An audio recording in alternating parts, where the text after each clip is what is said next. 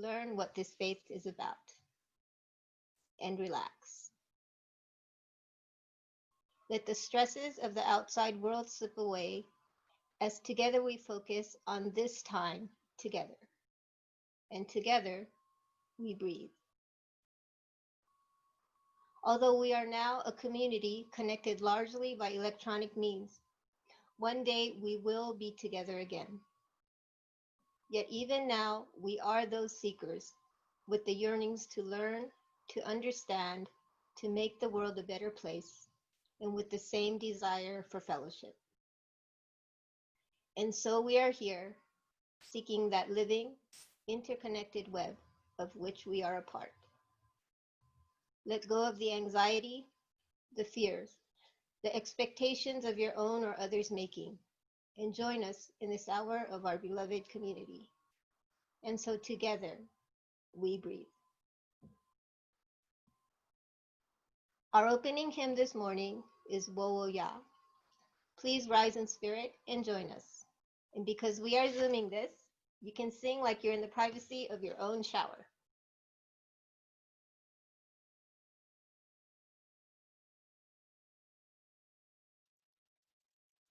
We are going, heaven knows where we are going, but we know within.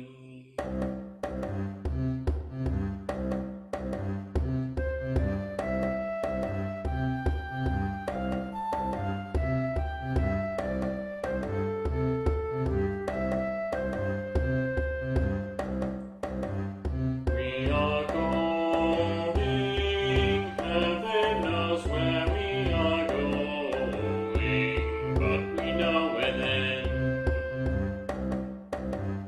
We will get there, heaven knows how we will get there, but we know we will. It will be hard, we know, and the road will be muddy and rough, but we'll get there. Heaven knows how we will get there, but we know we will. Woyaya, woyaya, woyaya, woyaya. We are going, heaven knows where we are going, but we know within. We will get there, heaven knows how we will get there, but we know we will. It will be hard, we know, and the road will be muddy and rough, but we'll get there. Heaven knows how we will get there, but we know we will. Woyaya, woyaya, woyaya, woyaya, woyaya, woyaya,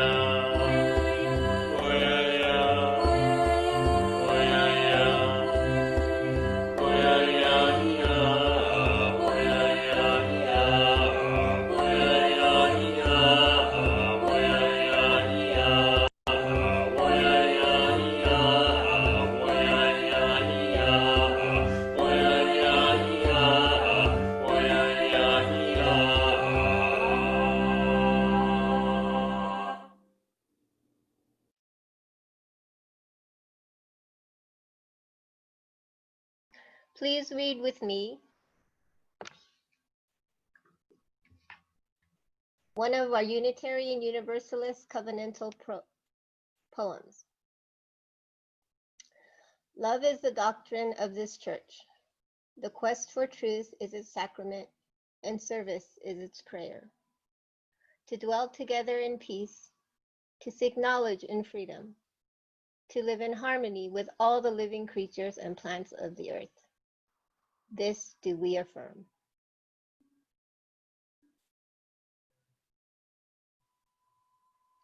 Today's sermon will be given by author and certified life coach James Elmore. James said, "When I began receiving channeled messages, what moved me most was how uplifting and kind the messages were. I knew that I was very loved and accepted by my spiritual guides, and that encouraged me to treat myself in the same way. The elegant simplicity of the messages helps us to understand and know that guidance is out there for us, for everyone. I hope these messages bring you the same healing they have provided me. I continue to learn from them. They have proved helpful to my continuing alignment with God's love."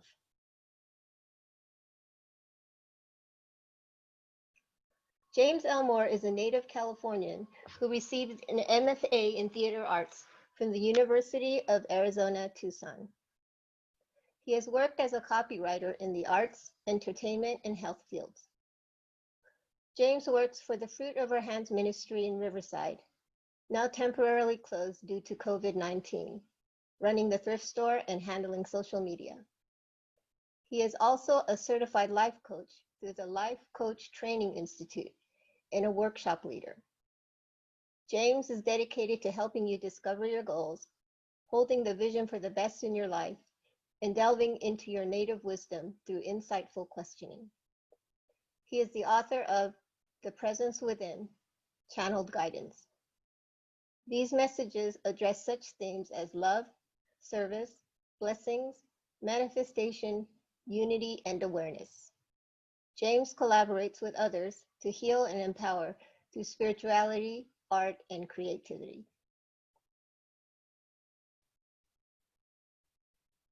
There are a few announcements we would like to share.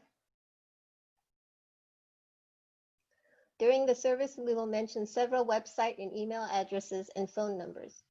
At the end of the service, we will leave up a slide with all this information, so you don't need to copy things right now. However, for those needing the information by auditory means, they will be announced verbally during the service. Chat time provides an opportunity to spend an hour talking among ourselves, usually beginning with the service, then wandering on to other topics. It's held on Zoom at 11:30, but to participate, you need a separate Zoom invitation. So please go to our website at uuchurchofriverside.org for the Zoom chat time link.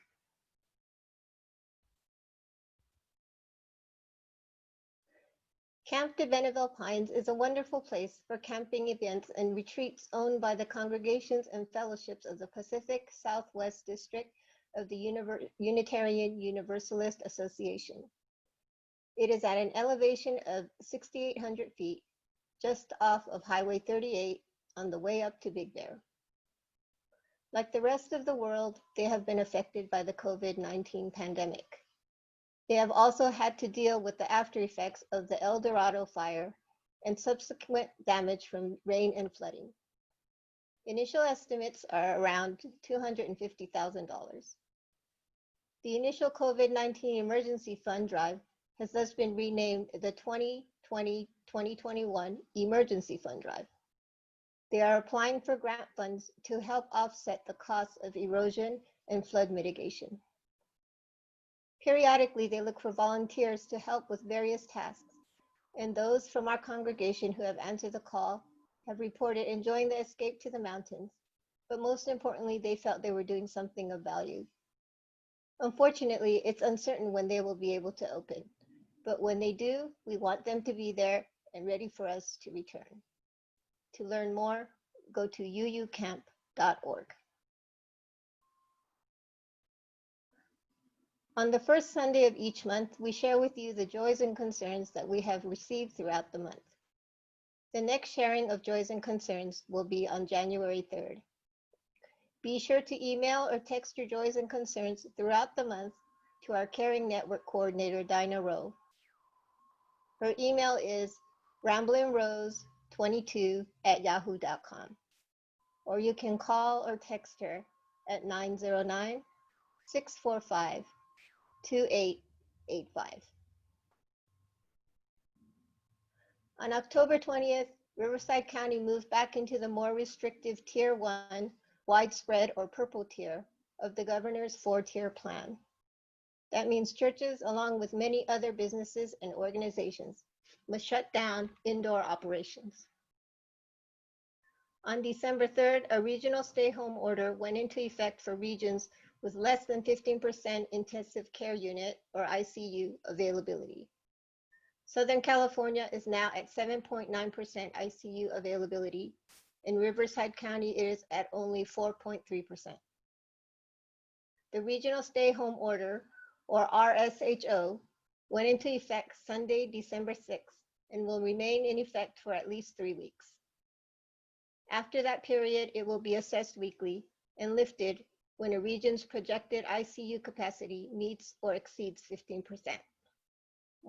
More details will come. Essentially, it all comes down to wear a mask and socially distance. It's not just about us, it's about doing our part to protect the health and safety of everyone around us. For the most current and reliable information, go to the website for your county public health department or the state of California. You can also find information and links on our church website. The monthly UUCR newsletter comes out the first of every month by email and per request by postal mail. If you have something you would like covered or that you want to write, let Dinah know at ramblinrose22@yahoo.com or call or text her at 909-645-2885. The deadline for submissions is on the 15th of the month. And if you would like to contribute any items for this community newsletter, these can be original poems, reflections, or any other newsworthy items. We'd love to hear from you.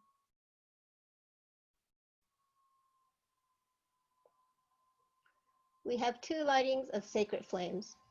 The first is the occupied Indigenous people's remembrance candle, and the second is the lighting of our own chalice, the symbol of our faith.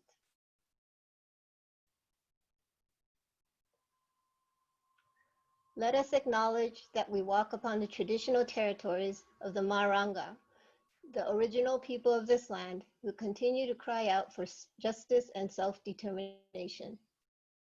In honor of the Maranga people, we, the Universalist Unitarian Church of Riverside, light this sacred flame as the stewards of this sacred and holy place.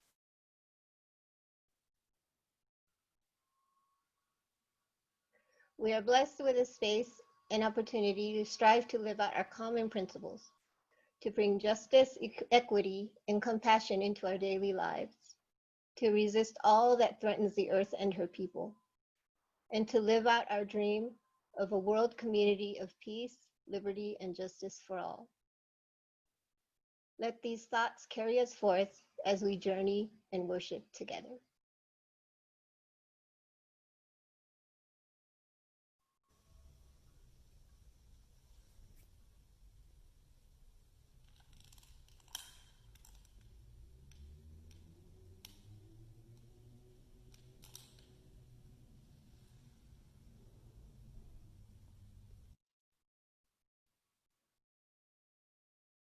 Our chalice lighting this morning is from the Singing the Living Tradition, number 457, by Edward Everett Hale. I am only one, but I am one. I cannot do everything, but I can do something. And because I cannot do everything, I will not refuse to do the something that I can do.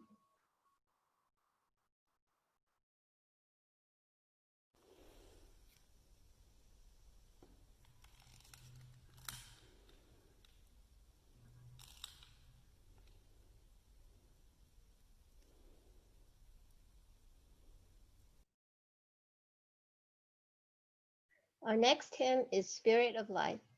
Please rise in spirit and join us.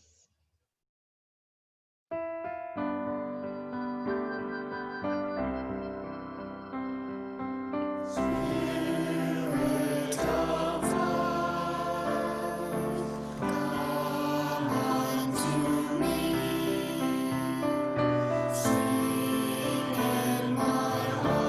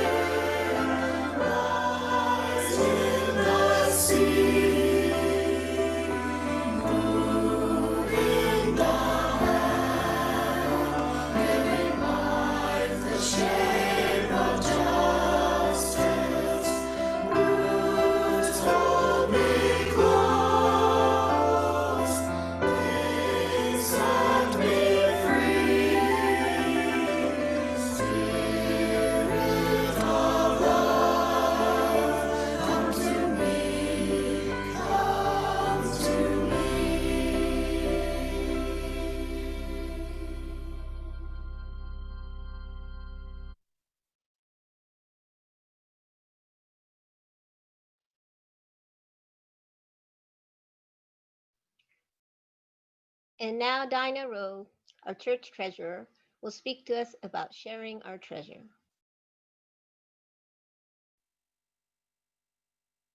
Good morning. This portion of our service is how we fund all that we do to care for our congregation and our beloved historic church, and to ensure that when we were able to safely reopen again, we will be here to welcome you all back. A reminder that even though the church is not allowed to reopen at this time, the church expenses continue.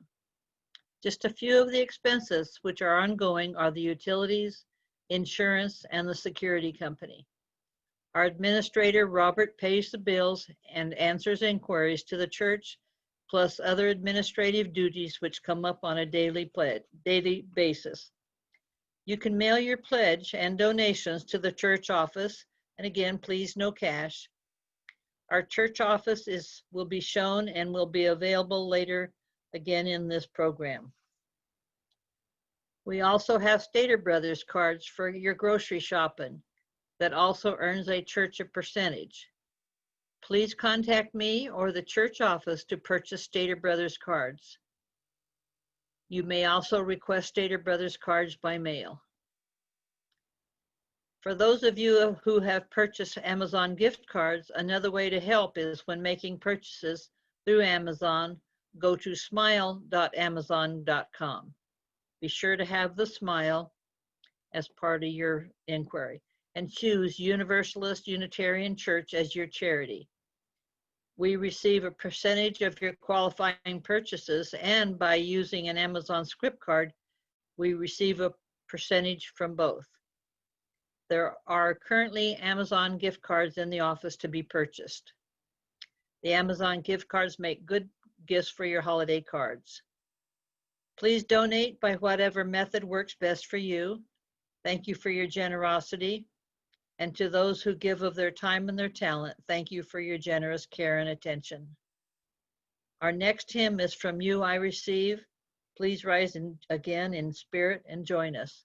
We will sing this through this 3 times.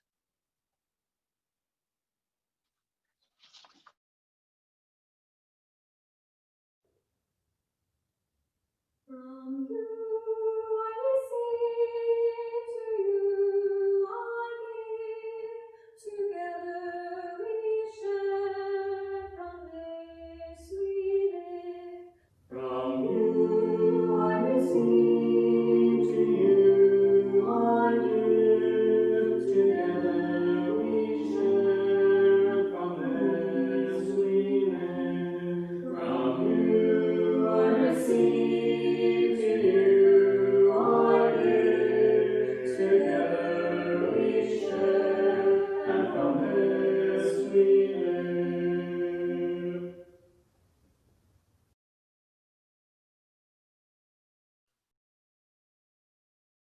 Our meditation this morning is The Strength of Water by Jamila Batchelder and Molly Hoosh Gordon.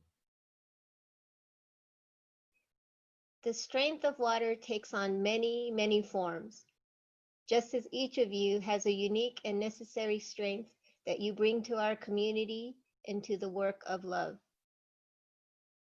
Take a moment now to drop down into the deep wellspring of your own spirit and bathe yourself in the strength that is the groundwater of your person. Are you a roaring fall, wearing away rock with sheer force of will? Are you a tiny drop of water in a crevice, breaking it open slowly, steadily? Are you buoyant like a great salt lake, practiced at holding others aloft? Are you tenacious like the mountain stream, finding your way down and around every obstacle you face? Are you still and calm like the pond at daybreak, offering radiant peace by your shores? Are you in touch with hidden depths, pulling from a vast well? Do you soothe like the steam rising from a cup of tea? Do you dissolve away stubborn muck like water left in a pot to soak? Do you soften and smooth the edges like a creeping fog? Do you clear away distraction like a cleansing rain? Do you roll with the ebb and flow like the ocean waves? Settle your mind upon the strength, the power that is yours. Draw that strength into your heart. Draw it up into your soul. As we gather together the many waters of this community, we need each of your power, each of your resilience, each of your love to make us whole.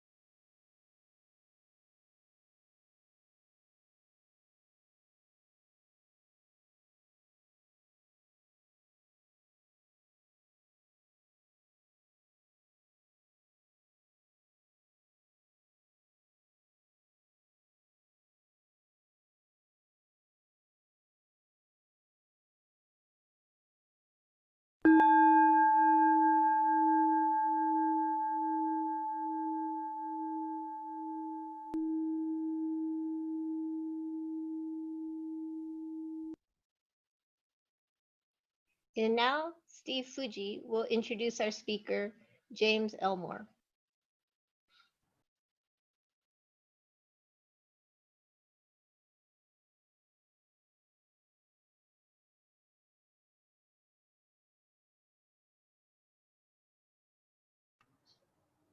Okay, I'm unmuted now. When Grace first asked me if I knew anybody who might make a good guest speaker for our church, I thought of a lot of people, but the first person I thought of was James Elmore, because I realized that most people I knew here in Riverside were because of James. I first got to know him when he was leading an Artist Way workshop in 2012. At that time, I had only lived in Riverside for a couple of years. I didn't know very many people, but he introduced me to a circle of people who are spiritual healers and on a very advanced spiritual path. And that was out of the people that I knew through the Artist Way workshop that we did then, which I believe you'll talk more about. So I'm glad that James agreed to speak here, because I think that he'll have a lot to say that's of interest to our congregation, and possibly be coming back as a speaker on other topics in the future. So without further ado, I'd like to introduce James Elmore. Thank you so much, Steve. It's very kind of you. I'm filled with gratitude this morning. First of all, I'd just like to say thank you all for having me as a guest speaker today. And thank you for being here. I also wanted to clarify the fruit of our hands. I work in the thrift store, which is temporarily closed. But I believe that the food bank is still operational. So that's important to clarify that. I'd like to thank Tika and also your mission. I like the sacred flames, and I just would like to take a moment to say to anybody who's observing Hanukkah right now, happy Hanukkah to you. Speaking of sacred flames.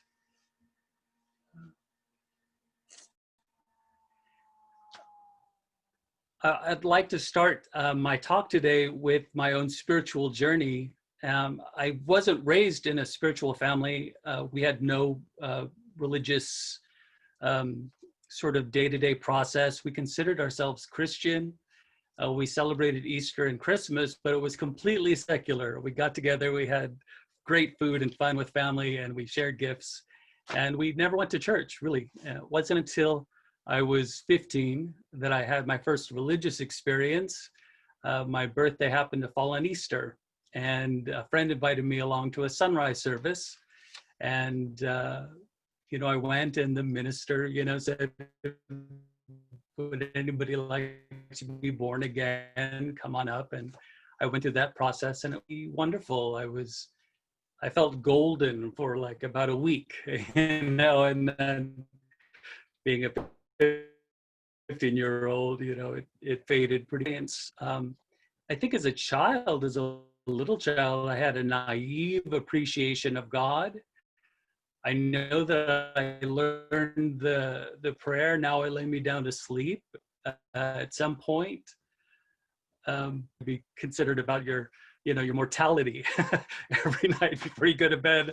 I think that's a lot to put on a child. So when I was in college, I had a teacher, a history teacher. It was one of those great big stadium classrooms with 200, 300 people. And she went on and on about the Catholic Church century after century and all of the shenanigans, the political shenanigans, the financial shenanigans, wars and deaths and killings. And it was at that point in my life that I just sort of went, this is crazy. We're crazy on planet Earth. Why do we get so caught up defending, does God exist? Is our religion right? And then we're doing these horrible things to ourselves, which is the opposite of what religion's supposed to be doing. So at that point, I just said, I'm going to be agnostic because, one day I'll die and I'll know the truth. But until then, I'm not going to make myself or others crazy. And it really wasn't until about a decade after that class that I came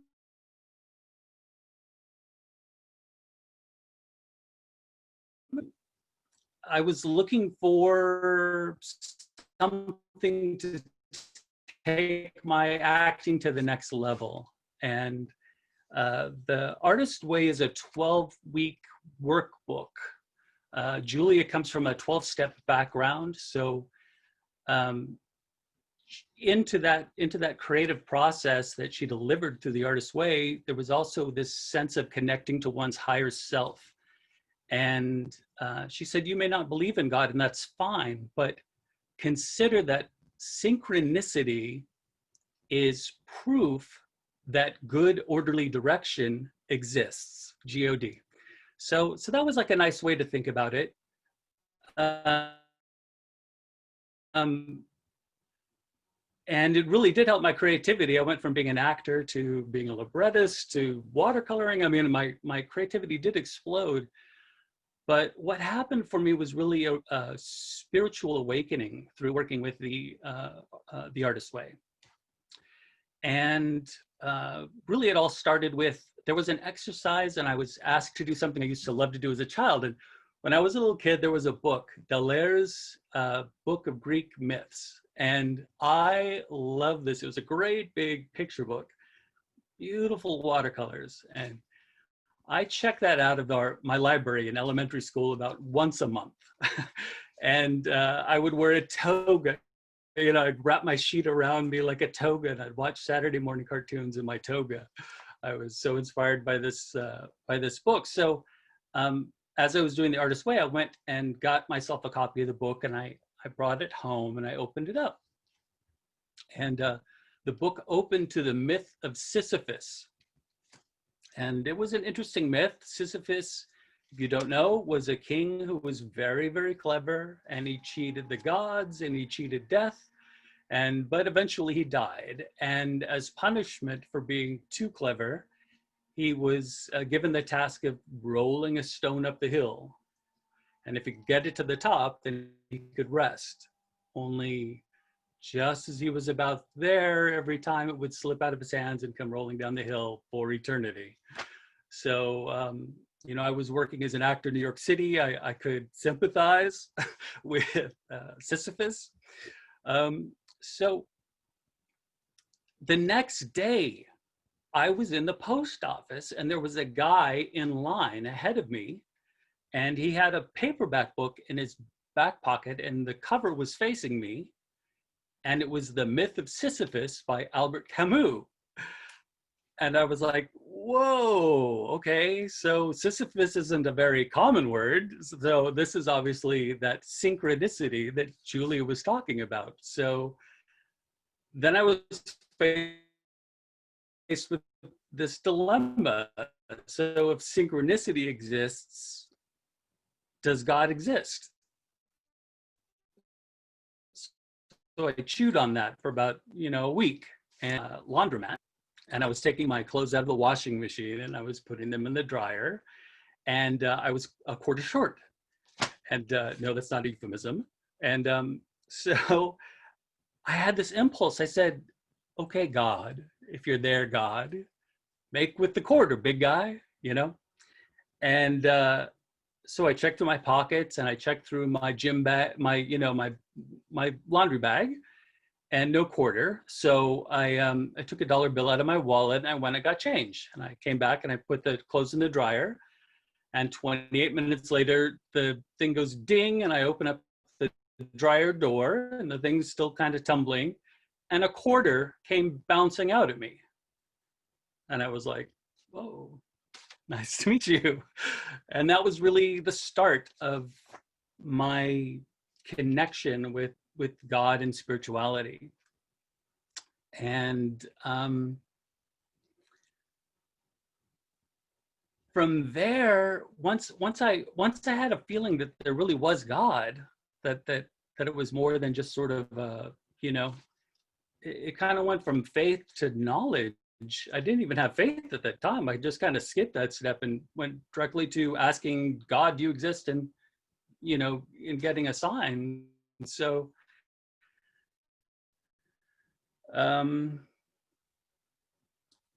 I went to the Gospels, was the first thing I did. And Thomas Jefferson has a great cutting of the Gospels. He's put them all together into one story. And that was really very helpful for me. I'd love to talk more about the Gospels. There's lots of things that I've discovered through looking with that. But I think I need to move on.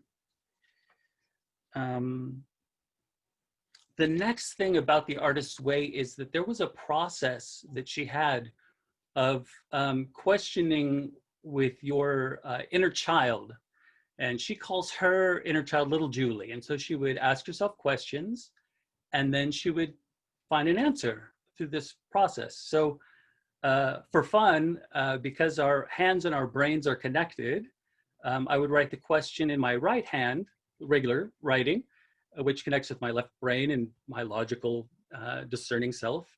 And then I would switch hands and I would listen for an answer, and I would use my left hand to connect with my right brain, which was, which is all about being in the moment and feeling your feelings and knowing you're connected to, to being unified. And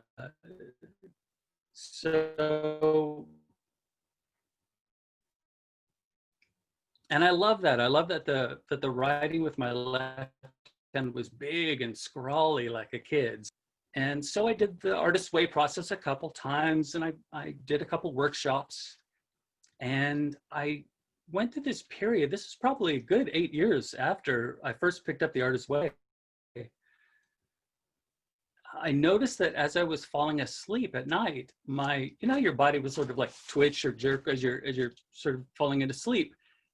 But night after night, it was always like my left hand. I was like, what is this? What does this mean?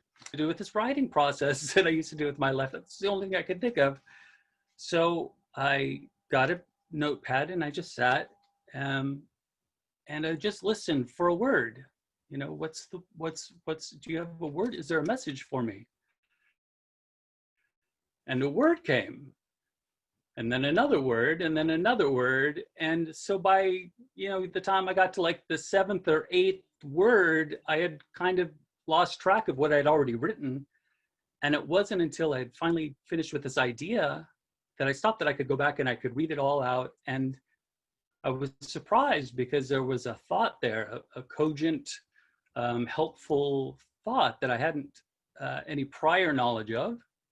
So it was really this lovely intuitive writing experience. And so I just kind of said, well, if Spirit's going to be, and when this process happens, I'll get up, even though, that's like just finally drifting off to sleep. And then, so you're awake now. But I was really happy. And I spent a couple years just writing down these messages. And then eventually I collected them all together and put them into a book. The Presence Within. And so there's a couple things that I wanted to share with you. The first is this is a message from Julia Cameron. Let's see.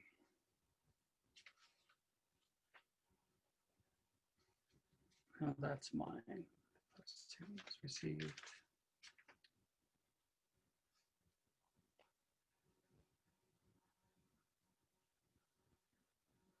Oh, shoot. 1 second.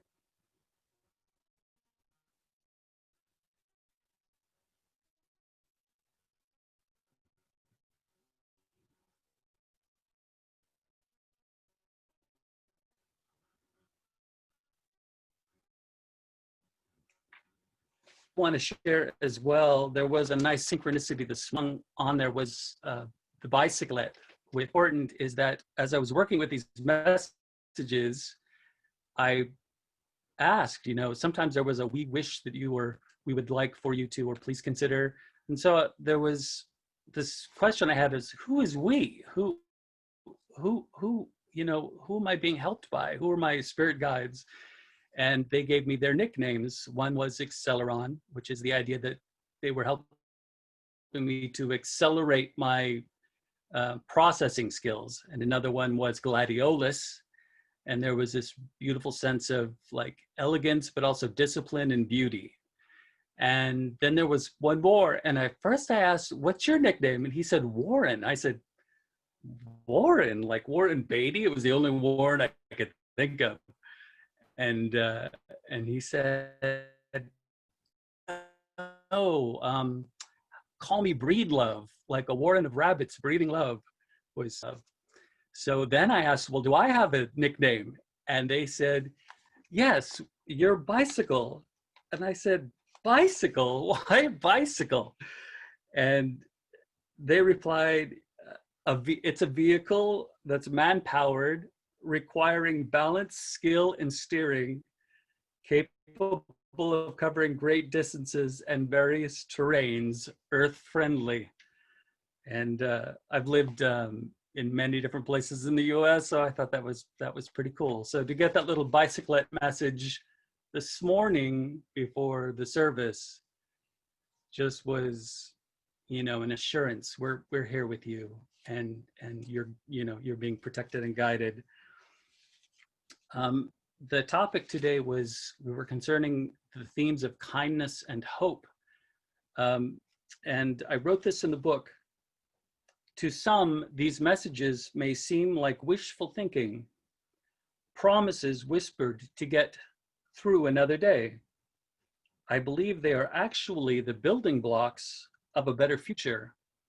Every time an affirmation is received, it is planted like a seed in the subconscious mind. Spirit only knows love, goodness, abundance, plenty, creativity, satisfaction, fulfillment, and all good things. I came to see through working with these affirmations how often my thoughts and feelings weren't at the same vibration. Each message was an opportunity to make substitutions, to make better choices, to be aware of what I was thinking and saying. The more messages I received, the deeper my understanding of them became, and my thoughts and feelings have improved as a result. And so I thought I'd just read a couple messages to give you an idea of what I was receiving. And When the best feelings are present is when you are focused upon sending love to others. It is then that you honor yourself and others through the experience of loving. When you say you love something, become aware of how it makes you feel. Those feelings reside within you and will inspire you to find more feelings, to inspire you to find more things you love, filling your life with that which you love. So remain aware of how you feel. I thought I would go through the writing process with you, but really it's longer. It's too long for today, but I did want to talk through it just so that there would be a record of it on the YouTube, and so you could go back and do it, when you can organize and take some time and meditate beforehand. And so,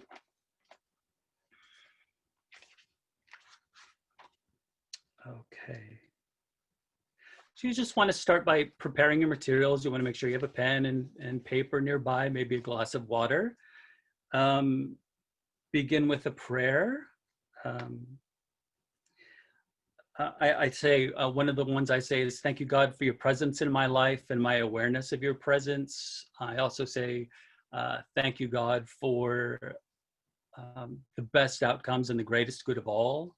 Another good one is, I trust that I am being guided in ways more magnificent than I can now imagine. And then just put on some nice meditation music. Especially if there's something at a theta wave, because that's kind of where my brain drops down to when I'm receiving the intuitive messages from my guides, is I'm in that theta wave stage of sleep. And just breathe and relax for 10 minutes. And then listen, just see if there's a word. And if you want to, you can do prompts ahead of time before you start the process. If you have any questions, you can, just put it like a heading on a piece of paper. This is my question, and then turn to that page when you're ready to start writing. Or just, ask for, is there anything that you would like me to know? And just be patient with it. Just listen. Every now and then I'll use with God. And,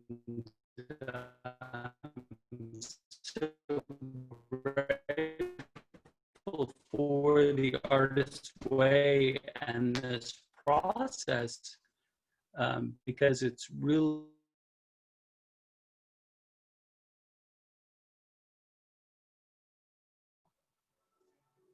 I think we might have just lost him. He seemed to be having. Here I am. Sorry about that. It just kind of, I was at the end. So yeah, I'm very grateful for this process, and I'm thankful to be able to share this with all of you today, and every blessing to you.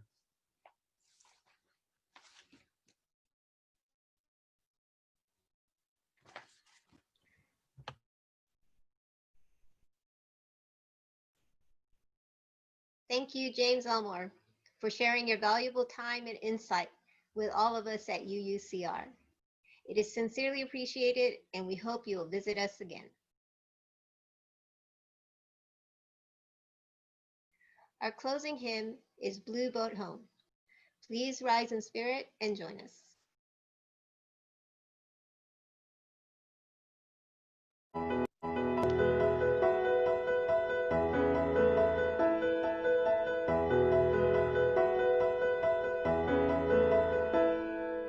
Though below me I feel no motion, standing on these mountains and plains, far away from the rolling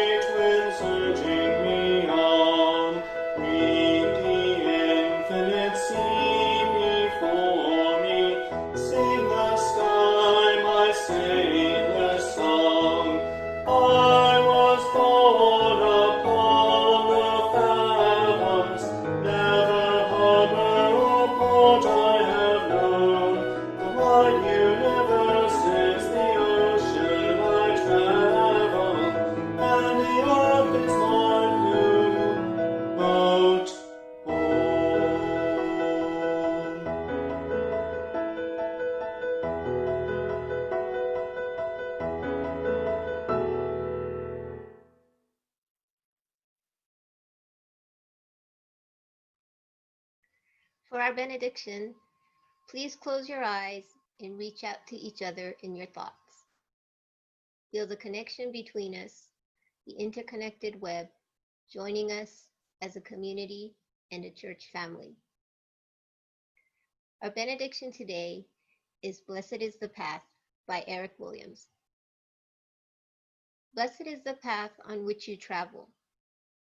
Blessed is the body that carries you upon it. Blessed is your heart that has heard the call. Blessed is your mind that discerns the way. Blessed is the gift that you will receive by going. Truly blessed is the gift that you will become on the journey. May you go forth in peace. Amen. Shalom, and blessed be.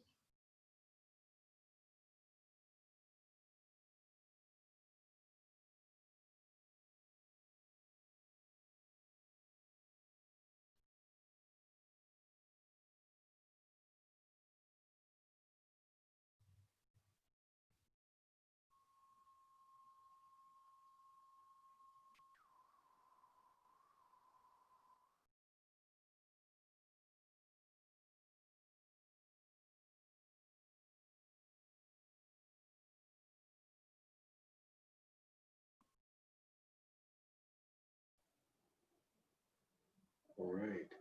Are we having will we have a little question and answer? Yes. Time? James Elmore is agreeing to do that for us. Cool. So I will allow everybody to unmute themselves. So anybody who wants to speak can now unmute themselves, and we can have our Q&A. And unfortunately, I think, James, your connection might have been a little bad, and so you kind of went in and out throughout the sermon, so there might be a number of questions. So James, yeah. muted. Sorry about that, everybody. I wish somebody had let me know. I didn't realize. No worries, I think we got the gist of it. So, James, I just wanted to say how much I could relate to your service, to your sharing as a member, as a longtime member, 34 years as a 12-step member of a 12-step organization, and then also 20 to 25-year student of Course in Miracles. Both of what you shared spoke to both of those paths, that both of them have been extremely excuse me, influential on my spiritual path and creating my spiritual path. So I just wanted to say I really could relate a lot to what you shared.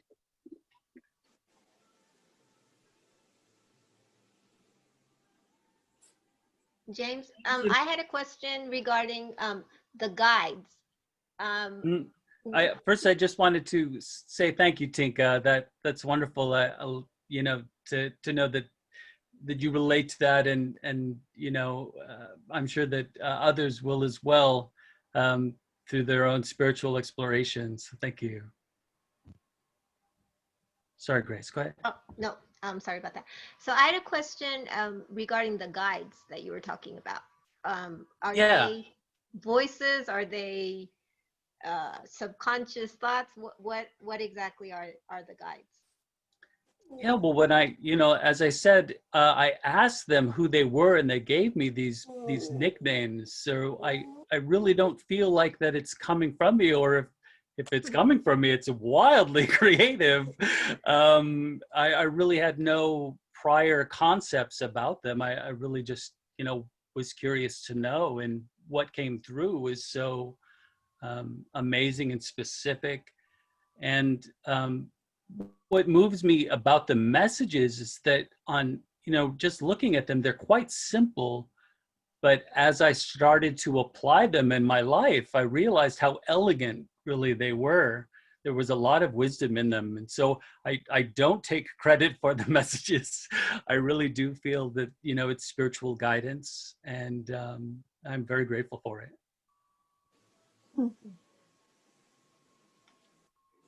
Did you listen to that one? Partially. Okay. What did you think? That was I- good. Good I too. was wondering if you had did you have any difficulty accepting that you were getting actual spiritual guidance, given that you hadn't grown up with that?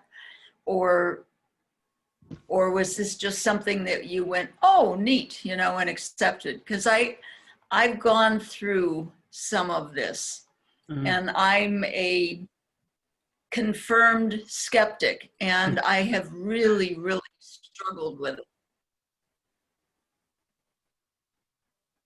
Sure. I think skepticism is healthy. You know, I think it's very healthy to ask questions. And so, you know, I started to work with the process and allowing it to be there. And then sort of, you know, discerning, are these messages good, be beneficial? You know, what exactly am I working with here? But as I said, the messages I didn't have.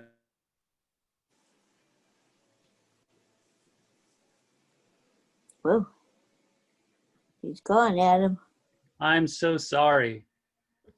So as I was saying, I had no prior knowledge of the messages. Then I would get the message and it would be a thought. It would be, you know, so that was, it wasn't just rambling. It wasn't just, you know, word salad. So I knew that there was something there and it didn't feel like it was coming from me. So as I went along and I asked more questions. James didn't put in a plug for his book. I put a link for it, Amazon, in the chat. I haven't read it myself, but the description sounds really interesting. Check it out. Thank you, Steve.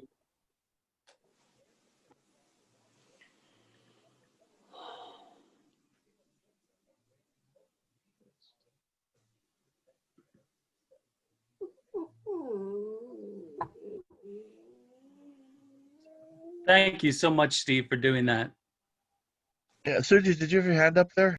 Yeah, yes, I just wanted to say to James, I find you so refreshing and innocent and open and surrendered to your own growth and the spiritual life. I appreciate you today so much. Thank you, Suji. Thank you very much.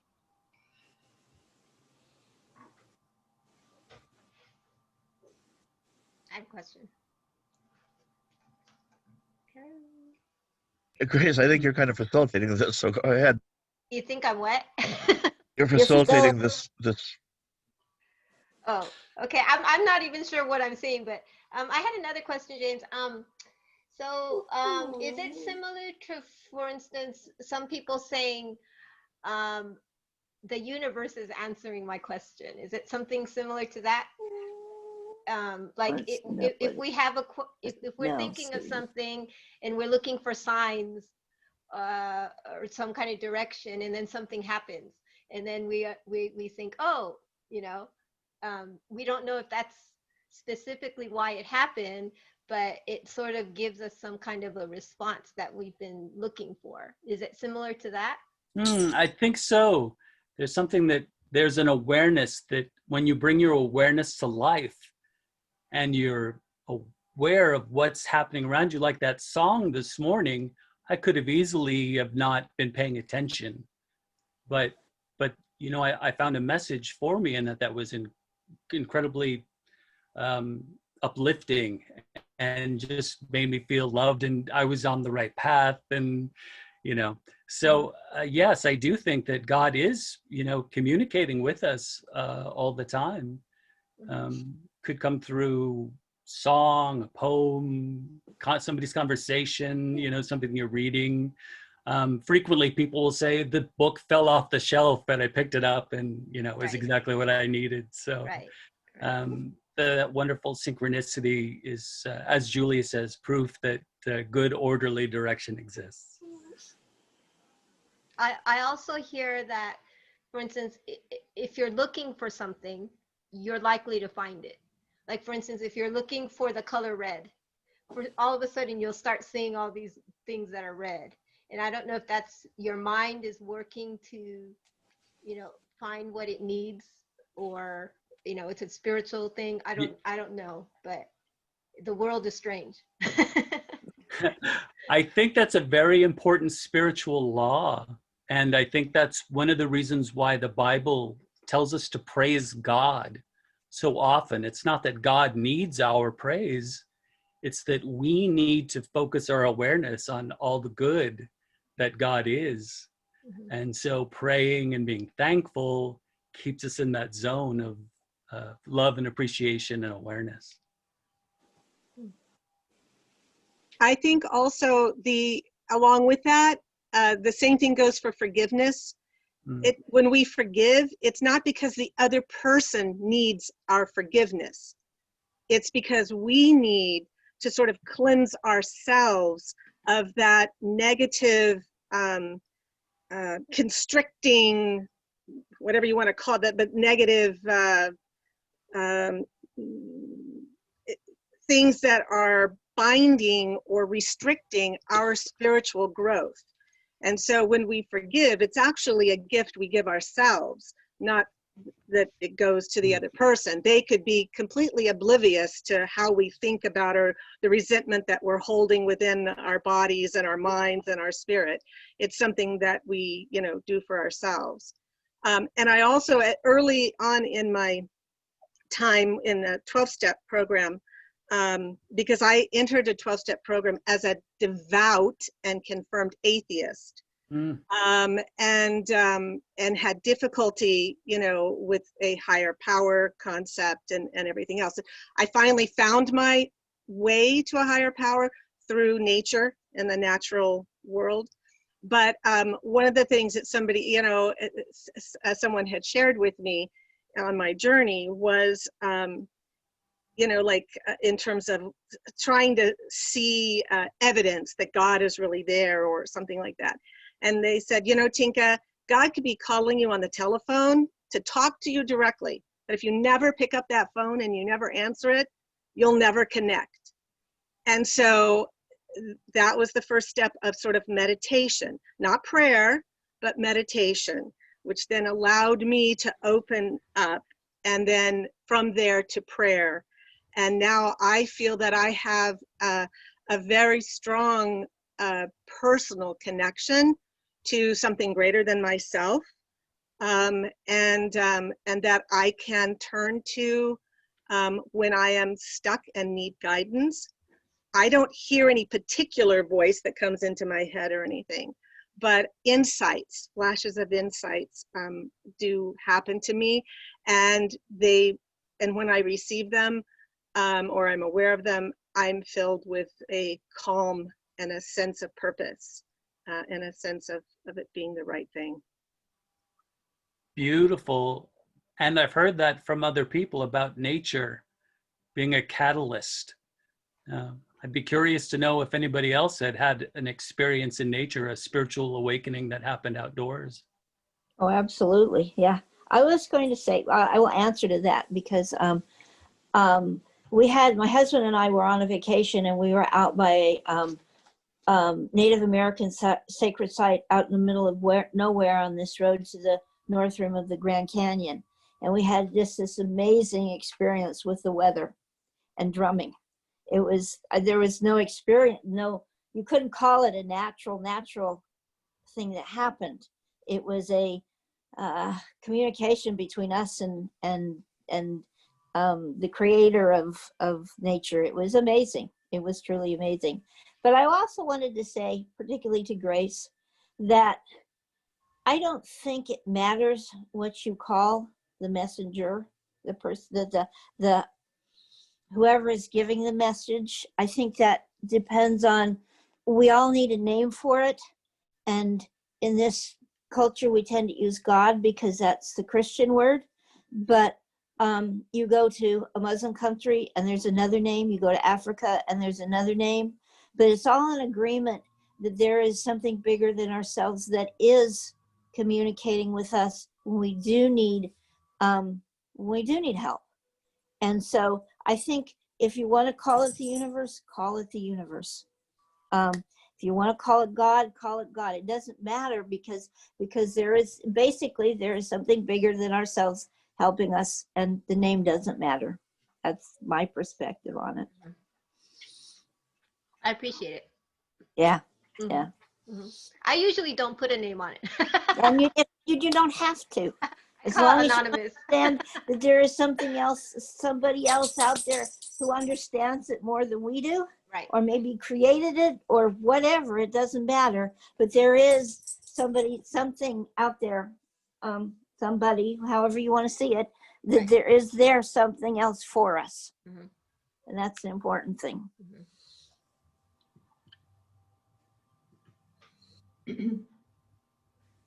Go ahead, Suji. Oh, thank you. Excuse me. I wanted to go back to the idea of forgiveness.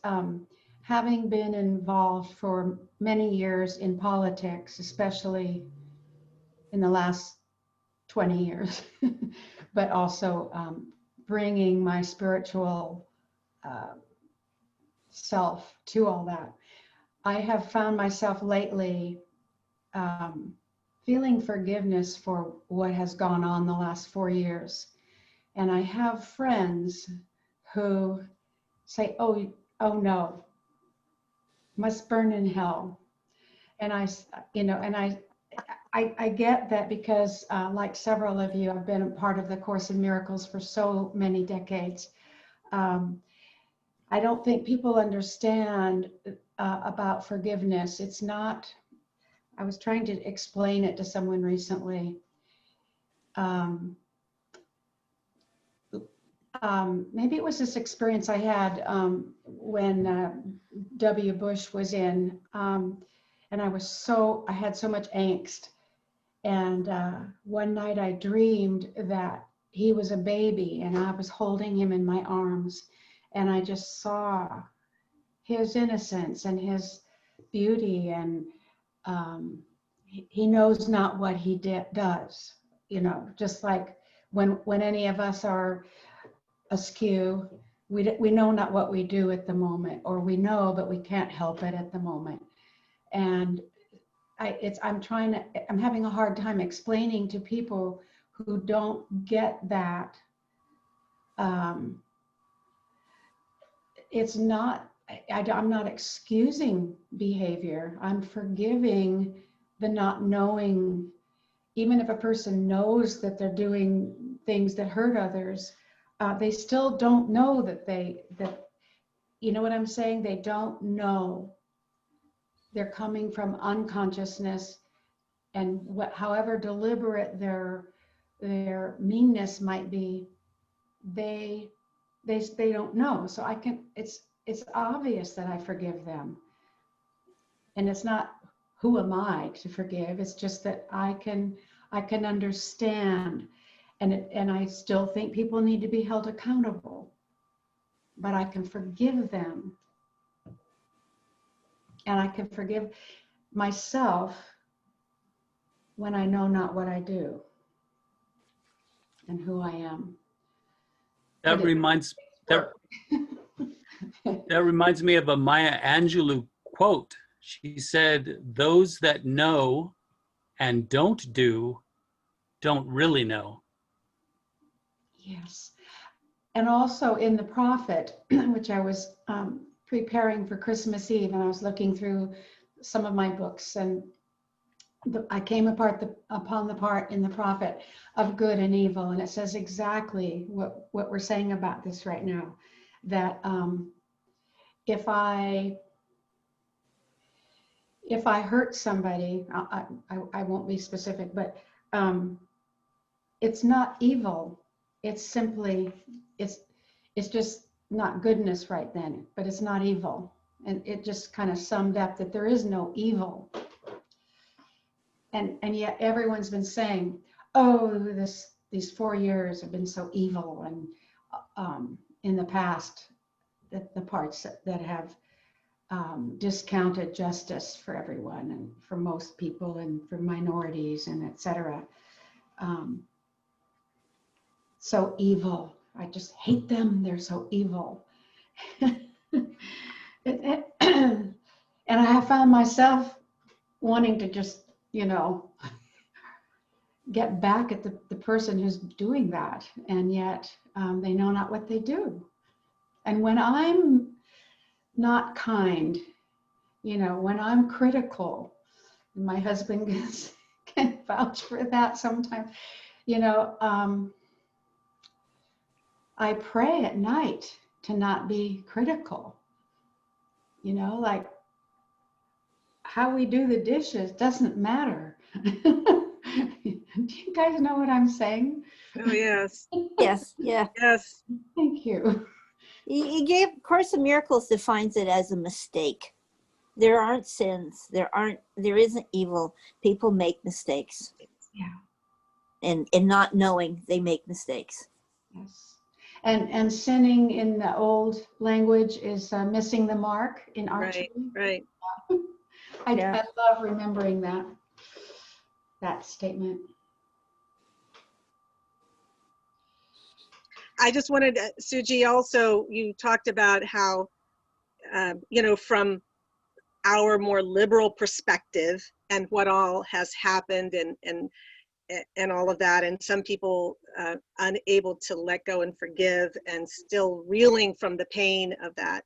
I have to constantly remind myself that the people on the other side, the supporters of what has transpired for the last 4 years, are equally confirmed that we are the evil. You know what I'm saying? That it's all about the perspective.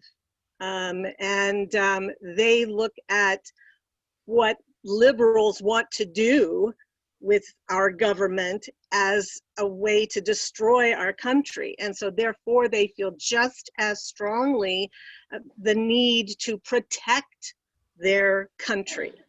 And that's a very sad place that we find ourselves at this moment in our country with such a division. The think tanks over the years, it's deliberate misinformation, and it's so sad that people have been brainwashed by deliberate misinformation, and then I have to ask myself, where am I deluded, and of course that's a lifelong quest. I would like to add something for everybody who's been listening to this, because we're kind of continuing on, because I did a sermon on Course in Miracles a couple of weeks ago. We do meet on Friday mornings at 10:30, but if there are enough people and we can't meet, then I'll be glad to put it on Zoom so that we can connect you up from your home. So let me know if you're interested in that. What time is that, Linda? 10:30 on Friday mornings. At the church. Actually, there's just a couple of us right now. We meet outside on the front steps for safety. But again, we can always set it up on Zoom. Not a problem. If there's enough people interested.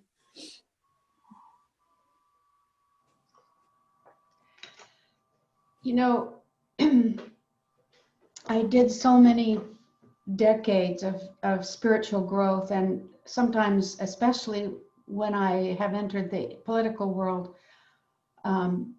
being an activist in that, I'm just grateful for all that other time that was spent in meditation and learning. And then I realized that I'm not practicing deliberately moment to moment like I used to. Tinka, you're nodding like you understand. And I pray to regain that. I can't sail on the past. I mean, God has given, I think God gives us, God, universal truth, gives us the grace of sailing on our practices. But if they're not, I'm realizing if they're not current for me, I can get into a funk, or I can be negative. And I've slept quite a bit through COVID. And yet I've also done a lot of other things. I just finished 225 postcards to Georgia recently, all handwritten, right? You know, oh, praying for Georgia, praying for Georgia. But yeah, it's important for me to regain more of my practices. Linda and I just finished postcards to Georgia too, didn't we, Linda? We did, not that many though, Suji, and that was enough. I know Tinka did more than I did. Yeah, I think I've done over the course of these, between the election of 2018 and now, I think I have sent over 650 postcards out. And with each one, because of my spiritual practice, with each one, a blessing and a prayer went out to so that whoever received it would receive it in the positive way in which it was sent. So beautiful. Yes, when I would write their name, I would say it and then write my message, and similar. Lovely, Tinka. and I also am grateful for the 3 decades of spiritual practice that, because of that, sustained me through these last 4 years.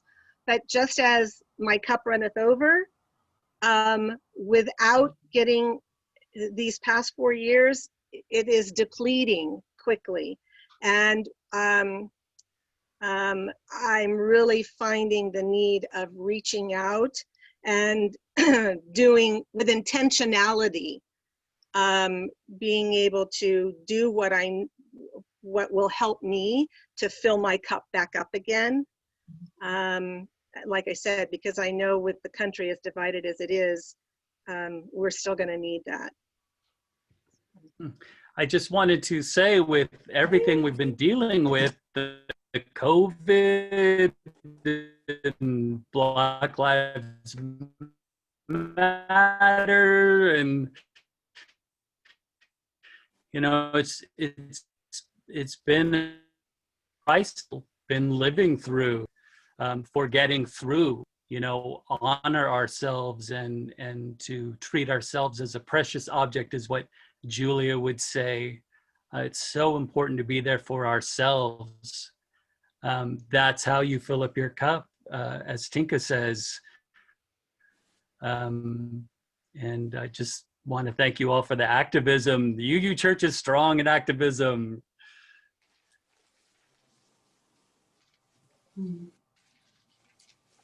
And we lost you again.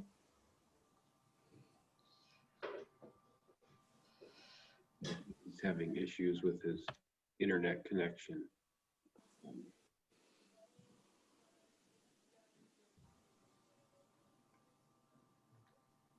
Bill.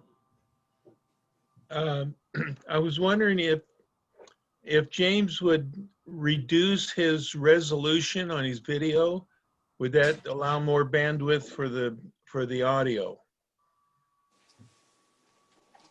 Probably. I don't know how you can do that. Can you do that? Video settings? I guess you can.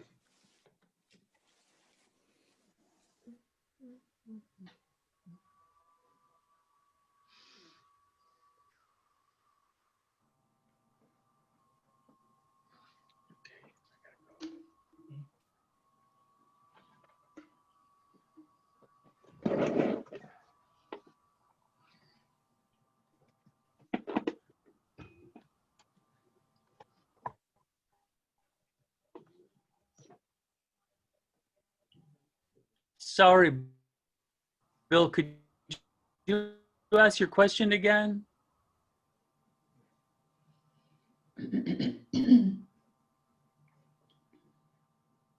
If you reduce the resolution on your video, would that allow more bandwidth for your audio?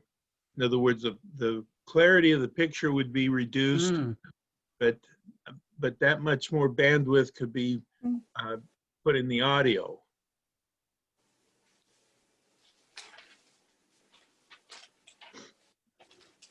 Thank you. It's probably too late for today, but that's a good tip.